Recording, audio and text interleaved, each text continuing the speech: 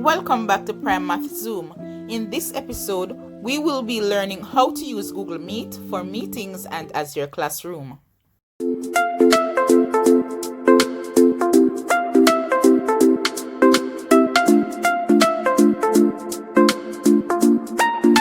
Okay, so I am going to walk you through in this session on how to start up your Google Meet meetings and even how to operate in the meetings.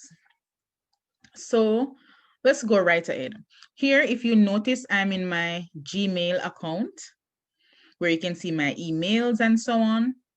But right over here to my right, there's a part that it looks like a 3x3 array of dots. It says Google Apps. And I will click on that so I can find Google Meet. Now, Google Meet is at the top here because I moved it here because of ease of accessibility. So I want to be able to find my Google Meet whenever I'm ready, but I can put my classroom up top if I wanted to. I can put whatever I want by just moving them around here and placing it wherever I find comfortable.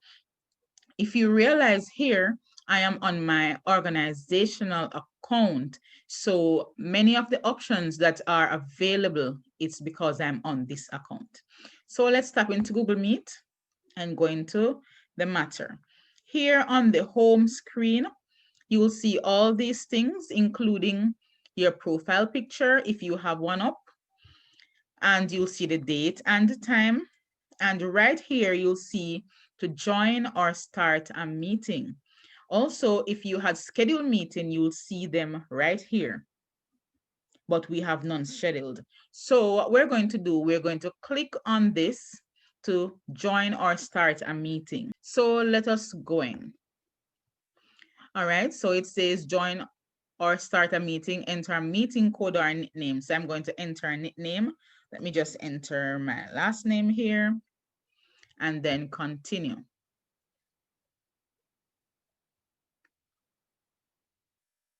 All right, so now I am in here.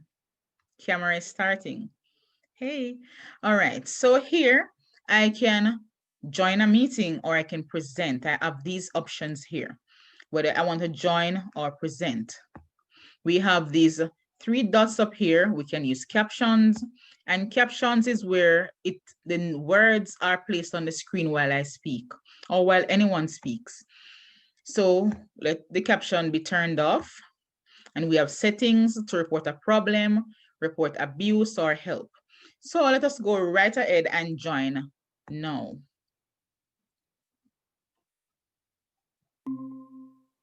So here we are, see my nickname, and we have the option to copy joining info here, or we can just highlight and copy here, or we can add people. Now I'm going to add someone so that you can see what it will look like if I add someone. So I have some persons here already. So I'm just going to add this one person here by sending them an email. So here you see invite sent. All right, so below the screen here, you'll see my nickname, and the joining information is also here where my nickname is. You have attachments, and this would be really good if you have your classroom and you want students to, look at some materials at the same time. You could have some attachments here before the meeting, but I don't have any. All right, so we have this microphone here. We can turn it off or on. Let's look at what it is, what it looks like when it's off.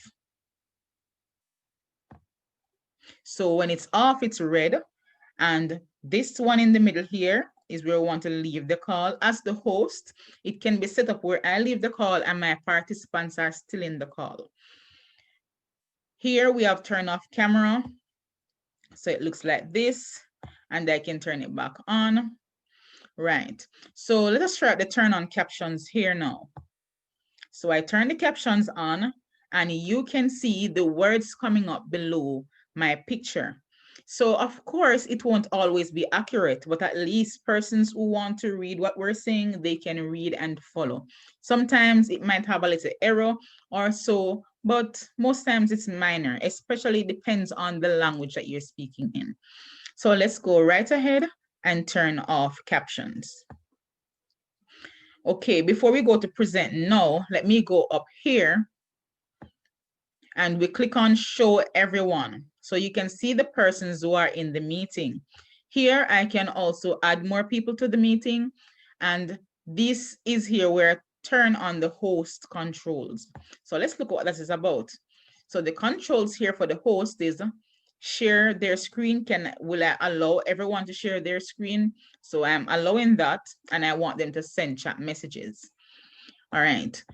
Also here, we can click on chat, and I can type down here something for my students to see, and they can type back. All right, but whenever they type back, everyone will see the messages. So it's not private messages. All right, so let us click on the X here and come right out from this part. All right, there are 3 dots here, and this shows the menu. We can record the meeting if we want, and it will be uploaded automatically to Google Drive at the end. We can change the layout.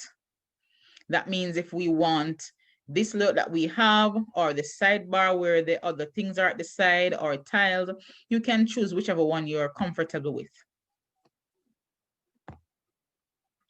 We can go full screen, and it will look like this. And we can come back from full screen by clicking on escape, and we're back on the screen like this.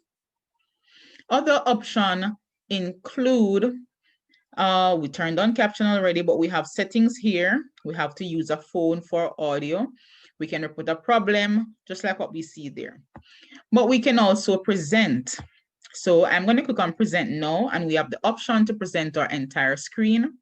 We can present a window. We can present from the Chrome tab. So let us present from a window here to see what it looks like. So these show the different things that I have open on my device right now. So I'm going to click on this one and bring it up. I'm sharing here, and it will come up to that window that I'll be presenting from. So you can share your PowerPoints here, or any other thing you want to bring across or use to teach your lesson to your students. So these are some things that we can use in the Google Meet, and the Google Meet is good for a lot of different things. So after you have taught your lesson or have your meeting, then you can always end the call by clicking on this phone that is here in the middle of the bottom of the screen to leave the meeting. All right, so we can rejoin the meeting, or we can return to home screen. Let us return to home screen so that we can join this meeting otherwise. So we're going to click on join the meeting again. Let me put in my nickname and the continue.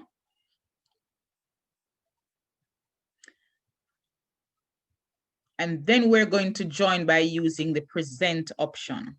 So we're going to click on present, and it will bring up whatever we wanted to present. So it can be from the Chrome tab, it can be the entire screen like we had before, and it could be the application window. So these are the different ways we can share. So once you click on what you want to share, you will see share coming up here highlighted, and you can click on it and you'll start sharing. So it is practically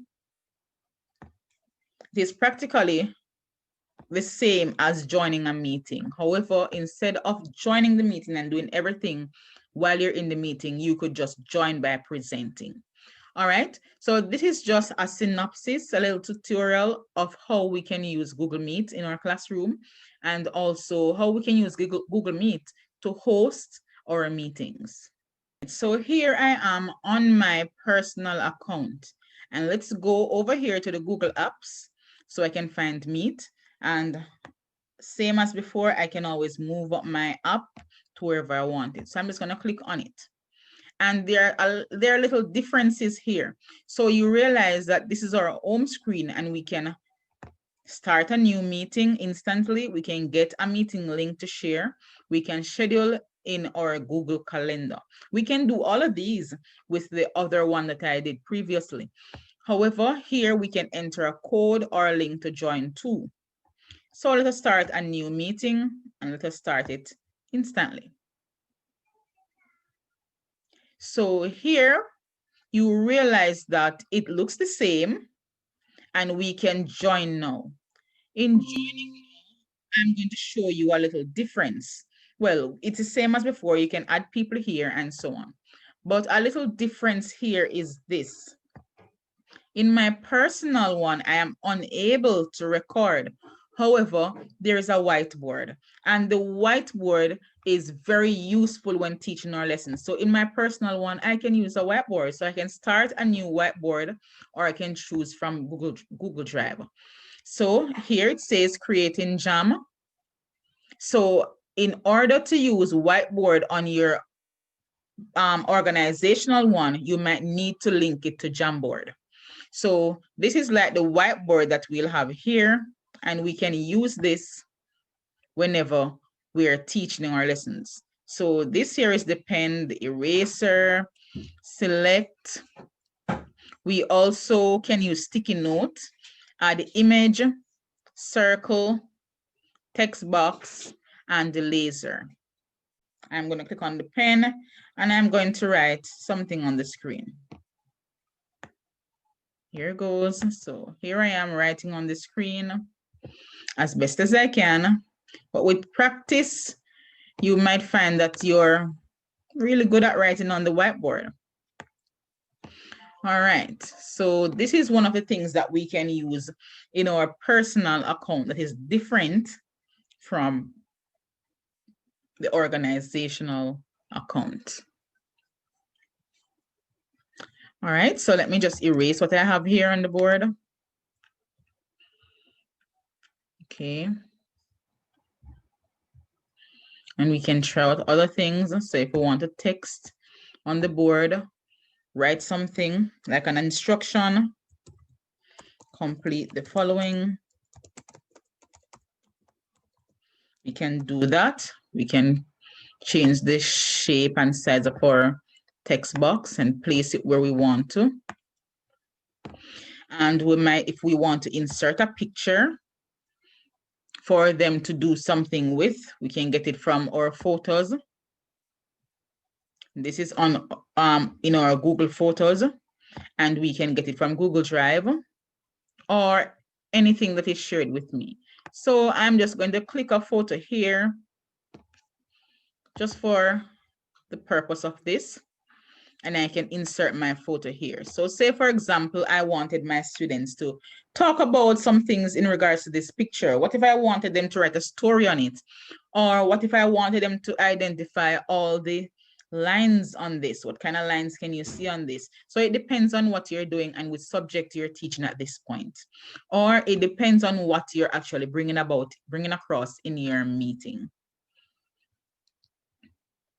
All right, so let's get out of this. I'll click the X and we're right out. So that is the little difference that we have with the personal one and your organizational one.